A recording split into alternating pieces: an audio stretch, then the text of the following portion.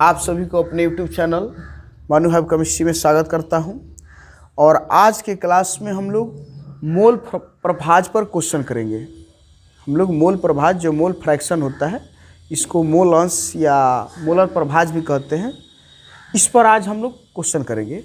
पिछले वीडियो में हम लोग मोल फ्रैक्शन के कंसेप्ट को समझे थे। जो लोग यदि मोल फ्रैक्शन के कंसेप्ट को नहीं समझे हैं, मोल प्रभाज के कंसेप्ट को नहीं समझे हैं, वो सर्च करके देख लेना mole fraction by Manu sir, ठीक है ना, या चैनल को ढूंढ के देख लेना, सर्च करके मनु हैव केमिस्ट्री पर सर्च करके मोल फ्रैक्शन वाली वीडियो देख लेना। उसमें मोल फ्रैक्शन के कंसेप्ट को बताया गया है। आज हम लोग उसी मोल प्रभाज पर न्यूमेरिकल करेंगे, ठीक है। तो सामने यहाँ बोर्ड पर न्यूमेरिकल के रूप में हम लोग देखो क्वेश्चन लेकर आए हैं, ठीक है ना। मोल प्रभाज का हम क्वेश्चन लेकर आए हैं। क्वेश्चन में लिखा है कि 10 ग्राम यूरिया को जल के 100 ग्राम में मिश्रित किया गया है, तो यूरिया तथा जल के मोल प्रभाज की गणना कीजिए। ये क्वेश्चन में लिखा है कि 10 ग्राम यूरिया को जल के 100 ग्राम में मिश्रित किया गया है, तो यूरिया तथा जल के मोल प्रभाज की गणना कीजिए, ठीक। तो ज़रा इसको हम लोग सॉल्व करें। तो यहाँ देखो, यूरिया की 10 ग्राम मात्रा दिया है और यहाँ जल की 100 ग्राम मात्रा दिया गया है। यूरिया को जल में मिलाया गया है, तो यहाँ सामान्य रूप से यूरिया हमारा विलय का काम करेगी और जल जो होगा विलाय का काम करेगा।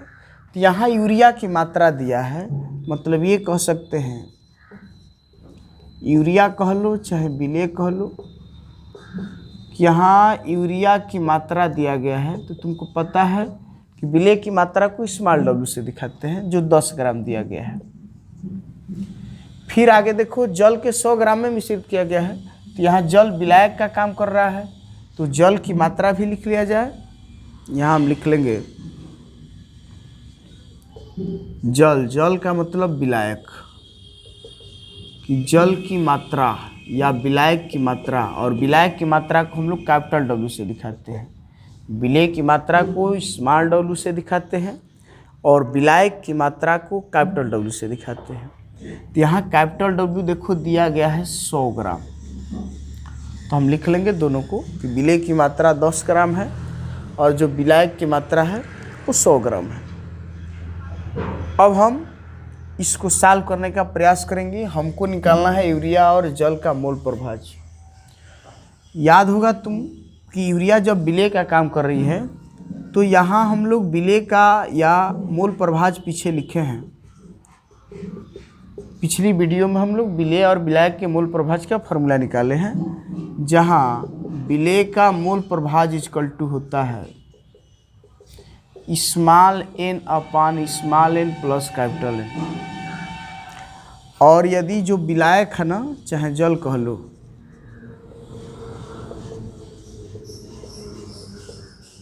इसका मोल प्रभाज का फॉर्मूला पढ़े थे capital N upon small n plus capital N। ये दोनों फार्मूला हम लोग पीछे पढ़े हैं। विलय का मोल प्रभाज small n upon small n plus capital N, विलायक का मोल प्रभाज equal to capital N upon small n plus capital N। जहाँ जो स्मॉल n है ना, स्मॉल n विलय के मोलों की संख्या है। यहाँ हम ऐसे लिख दे रहे हैं कि जो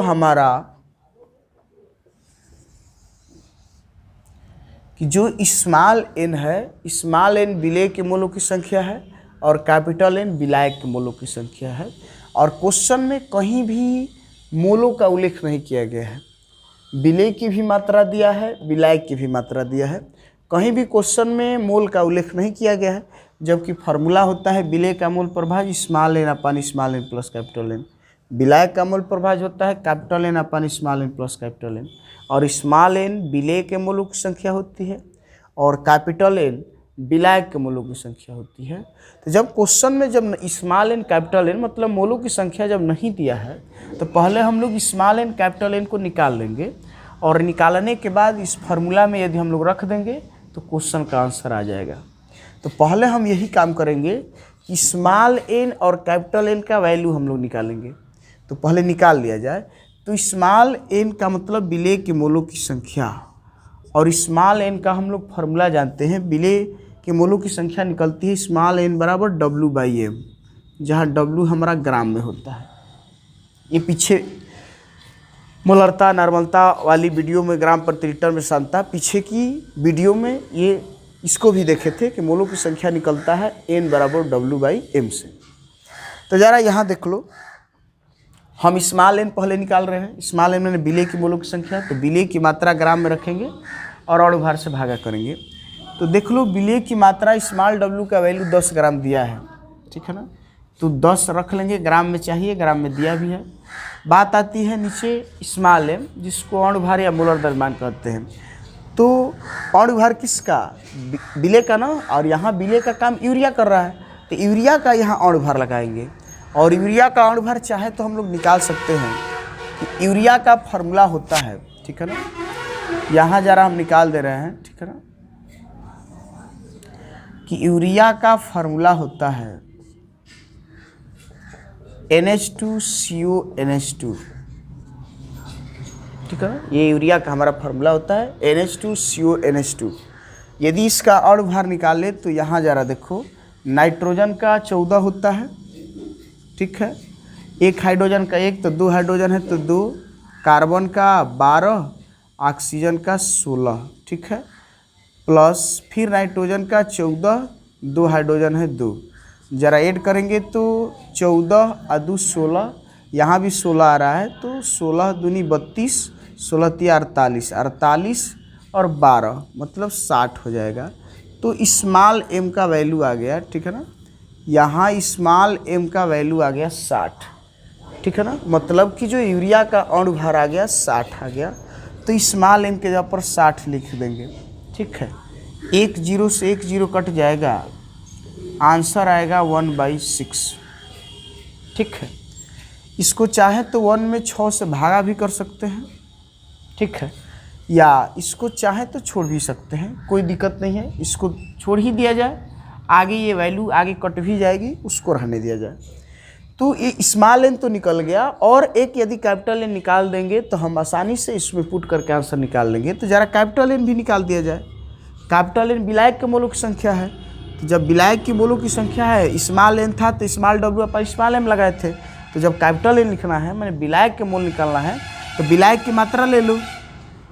कैपिटल एन निकालना है मतलब विलायक के मोलों की संख्या निकालना है, तो विलायक की मात्रा ले लो, मैंने कैपिटल W, ये भी ग्राम में होती है। और विलायक का अणु भार ले लो, जिसको हम लोग कैपिटल एम लिखते रहे। कि किसी पदार्थ की मोलों की संख्या निकालना है तो जो ग्राम में मात्रा है उसमें अणु भार से भागा करते हैं। तो चूँकि यहाँ विलेय था, सब स्मॉल में है तो स्मॉल लगा दिए। यहाँ कैपिटल एन विलायक है, तो विलायक के लिए कैपिटल एन लगाए हैं, तो capital N equal to capital W upon capital N, मतलब कि विलायक की मात्रा ग्राम में बटा विलायक का अणु भार। यहाँ क्वेश्चन में देखो कैपिटल W दिया है 100 ग्राम, तो यहाँ लिख देंगे 100 ग्राम बाटा हमको कैपिटल एम मैंने विलायक का अणु भार। और यहाँ देखो विलायक का काम जल कर रहा है, तो जल का अणु भार तो सबको पता है लगभग कि जल का हमारा फार्मूला होता है H2O। इसका फार्मूला निकालेंगे तो हाइड्रोजन का 1 का 1 होता है, तो 2 का 2 हो जाएगा, ऑक्सीजन का 16, तो 16 2 18, ठीक है ना। तो जल का अणु भार निकल के आ गया 18, तो यहाँ लगा देंगे 18। यहाँ 1 कट जाएगा आसानी से, खैर न कटाएंगे तो बेहतर ही होगा, क्योंकि आगे चल करके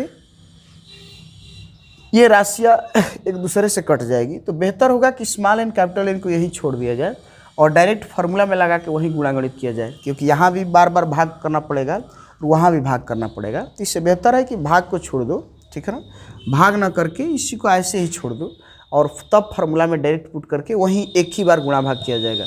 यहाँ बार बार यहाँ भी गुणा भाग करेंगे, फिर वहाँ चलेंगे तो वहाँ भी फार्मूला में लगाएंगे तो गुणा भाग करना पड़ेगा।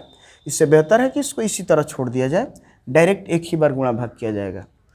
तो निकाल लिया जाए, हमको निकालना है यूरिया का मोल प्रभाज। तो यूरिया का मोल प्रभाज इक्वल टू फार्मूला है small N upon small N plus capital N. तो ज़रा इस वैल्यू को सबको पुट करो। स्मॉल एन का वैल्यू है 1/6, लगा दो 1/6 पूरा का बट्टा। स्मॉल एन है 1/6 प्लस कैपिटल एन है 100/18, इसको लगा देंगे। अब इसको ज़रा हम लोग हल करेंगे, ठीक है ना। तो हल करेंगे तो यहाँ देखो अंश में तो ठीक है 1/6 है पूरा का बट्टा। हर में भी यदि हम देखें तो हर में देखो 6 18 है, 6 18 का एलसीएम 18 होगा, तो हो जाएगा 36 18। यहाँ 3 ले लेंगे, 18 से 18 कट जाएगा, 100 होगा। इसको आगे करेंगे तो अंश का जो हर होता है हर में जाता है, तो इसको ऐसे लिख सकते हैं। और जो हर का हर होता है वो अंश में जाता है, तो 18 को ऊपर लेकर चले जाएंगे और 100 में 3 जोड़ देंगे तो ये 303 हो जाएगा, कट जाएगा 36 18, ठीक है ना। सॉरी, इसको यदि हम लोग ऐड करें तो 100 में 3 ऐड करेंगे तो 103 होगा, तो 36 18 आंसर आएगा 3/103, ठीक है ना। तो ये आंसर किसका निकला है? यूरिया का मोल प्रभाज निकला है, ठीक है ना। यूरिया का मोल प्रभाज निकला है, ठीक है। यदि इसको चाहे तो 3 में 103 से भागा भी कर सकते हैं, भाग करेंगे या तो यहीं पर आंसर छोड़ दो, और नहीं तो इसको यदि भागा करेंगे तो ज़रूर कुछ ना कुछ यहाँ आंसर निकल के आ जाएगा, कुछ ना कुछ कोई ना कोई यहाँ पर हमारा आंसर निकल के आ जाएगा, ठीक है ना। उसके बाद इसी तरह हमको निकालना है विलायक का मूल प्रभाज, ठीक है। तो देखो विलायक का मूल प्रभाज कैसे निकलेगा, या तो 3/103 को छोड़ दो, विलय का मूल प्रभाज बने यूरिया का मूल प्रभाज हो गया, या इच्छा करे तो 103 से 3 में भागा कर देना, कुछ आंसर आ जाएगा, ठीक है। उसके बाद हमको विलायक का मूल प्रभाज मतलब जल का मूल प्रभाज निकालना है। तो इसको निकालने का तो 2 तरीका है। पहले हम फार्मूला वाला मेथड दिखा रहे हैं, फिर एक नेक्स्ट और भी हम मेथड सिखा देंगे। जब एक निकल जाता है तो दूसरे के लिए फार्मूला लगाने की ज़रूरत नहीं पड़ती है, ऐसा भी तरीका है। पहले लेकिन हम फार्मूला से ही निकालेंगे, तो पहले निकाल लिया जाए जल का मोल प्रभाज। फार्मूला है capital N upon small N plus capital N. Capital N का वैल्यू देखो निकाल रहे हैं 100/18, लगा दो 100/18 पूरा का बट्टा। स्मॉल एन हमारा है, देखो ना स्मॉल एन है, एक फार्मूला होता है capital N upon small N plus capital N जल के मोल प्रभाज में। तो कैपिटल एन हम लोग निकाले हैं 100/18, वहाँ लगा दिए कैपिटल एन के जगह पर 100/18। नीचे स्मॉल एन है 1/6, तो नीचे लिख देंगे 1/6 प्लस कैपिटल एन है 100/18, यहाँ लिख देंगे 100/18, ठीक। फिर उसी तरीके से यदि इसको हम लोग हल करते हैं तो 100/18, 18 6 का एलसीएम लेंगे 18 ही होगा, 36 18 3 हो जाएगा, ये 100 हो जाएगा। फिर उसी तरीके से अंश का हर में जाएगा, तो 100/18 और हर का जो हर है अंश का हर तो हर में चला जाता है, और जो हर का हर है वो अंश में चला जाता है, तो 18 बटा ये हो जाएगा 103। 18 से 18 कट भी जाएगा, आंसर आ जाएगा 100/103, ठीक है। एक तो हमारा ये तरीका है कि यदि निकल गया है यूरिया का मूल प्रभाज तो जल का भी मूल प्रभाज फार्मूला लगा के निकाल देंगे। नहीं तो दूसरा तरीका है कि यदि एक निकल गया है, इन दोनों में से कोई एक यदि निकल गया है, चाहे यूरिया का चाहे जल का, मैंने कहने का अर्थ है कि यदि विलय का चाहे विलायक का, यही इस क्वेश्चन का आंसर है, ठीक है ना। इसको चाहे तो ये तो छोड़ दो यहीं पर, और नहीं तो 100 में 103 से भागा करेंगे तो यहाँ पर कुछ आंसर आ जाएगा, ठीक है, या उसी तरीके से छोड़ दिया जाए। दोनों हमारा सही बात है, ठीक है। अब देखो दूसरा तरीका क्या है, ये तो फार्मूला से निकाले हैं। अब हम लोग क्या करेंगे, एक दूसरा तरीका ये है कि जैसे जो भी निकालना है विलय चाहे विलायक का मूल प्रभाज किसी एक का निकाल लो। जैसे मान लो कि यूरिया का हम मूल प्रभाज निकाल लिए, ठीक। तो जल का मूल प्रभाज यदि निकालना है तो बिना फार्मूला का भी निकाल देंगे। दोनों में से कोई एक का मूल प्रभाज निकल जाए तो दूसरा बिना फार्मूला लगाए निकाल देंगे। कि हम लोग कल वीडियो में, मतलब मोल वाली वीडियो में हम लोग सीखे हैं जो मोल फ्रैक्शन का जो कॉन्सेप्ट, मैंने मूल प्रभाज का कॉन्सेप्ट जो सीखे हैं उसमें बताया गया है, उसमें निकाले भी थे हम लोग कि विलय और विलायक का मूल प्रभाज ऐड करते हैं तो आंसर एक आता है। तो यदि एक कोई भी मोल प्रभाज निकल गया है तो दूसरा निकालने के लिए एक में से घटा देते हैं। जैसे यहाँ यूरिया का मोल प्रभाज निकल गया ना, तो अब जल का निकालना है तो एक में से जो होता है ना, एक में से उसको घटा दो, एक में से घटा देंगे तो हमारा आंसर आ जाएगा। मतलब कि विलेय और विलायक में से किसी एक का मोल प्रभाज निकल जाए तो दूसरा निकालने के लिए एक में से घटा देते हैं। जैसे यहाँ यदि यूरिया का मोल प्रभाज निकाल लिए और यदि जल का मोल प्रभाज निकालना है तो एक में से इसको घटा दो, जल का मोल प्रभाज आ जाएगा।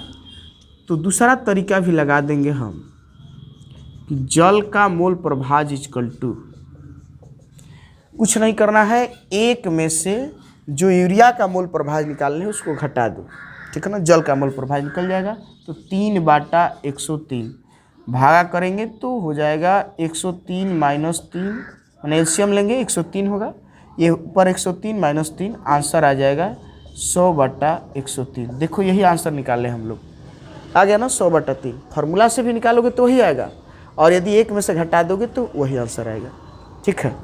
एक और बात कि आंसर निकालने पर, ठीक है ना, कि यदि आंसर निकालने पर यदि तुमको संदेह है कि हमारे द्वारा निकाला गया आंसर सही है कि गलत है, तो इसको प्रूफ करने का भी तरीका है। हम चाहे तो इसको हम लोग प्रूफ कर सकते हैं। प्रूफ ये करना है कि जो विलेय और विलायक का जो मोल प्रभाज निकाले हैं, जो विलेय और विलायक का, ठीक है ना, यहाँ भी हम लोग निकाले हैं विलायक का, कि जो विलेय और विलायक का मोल प्रभाज निकालने हैं, यदि दोनों को जोड़े तो आंसर एक आना चाहिए। यदि एक आ जा रहा है तो हमारे द्वारा निकाला गया आंसर सही है, यदि एक नहीं आ रहा है तो गलत है, कहीं ना कहीं मिस्टेक। तो यहाँ देख लो, यहाँ विलेय के रूप में यूरिया है, विलायक के रूप में जल है। इसका मतलब कि यूरिया जल के मोल प्रभाजों को ऐड कर दे तो 1 आ जाना चाहिए। तो देखो यहाँ हम प्रूफ करके दिखा रहे हैं, ठीक है ना, कि यदि देखो उसका निकालने हैं, यूरिया का मोल प्रभाज निकाले हम लोग 3/103 और जल का मोल प्रभाज देखो 100/103 निकालने हैं दोनों मेथड से। तो लिख देंगे 100/103, दोनों को ऐड करना है, एक आना चाहिए। यदि एलसीएम लेंगे तो होगा 103, यहाँ ऊपर हो जाएगा 3 + 100, आंसर आ जाएगा 103/103, कट के आंसर आ जा रहा है 1। इसका मतलब कि हमारे द्वारा निकाला गया आंसर बिल्कुल सही है। यदि विलेय और विलायक के मोल प्रभाज निकालते हैं, दोनों को ऐड कर दिया जाए, आंसर एक आ रहा है, मतलब हमारे द्वारा निकाला गया आंसर सत्य है, ठीक है ना। इसका मतलब जो हम लोग आंसर निकाले हैं सही आंसर निकाले हैं, ठीक। तो इस वीडियो में इतना ही, ठीक है ना, फिर हम मिलेंगे नेक्स्ट वीडियो में। Thank you.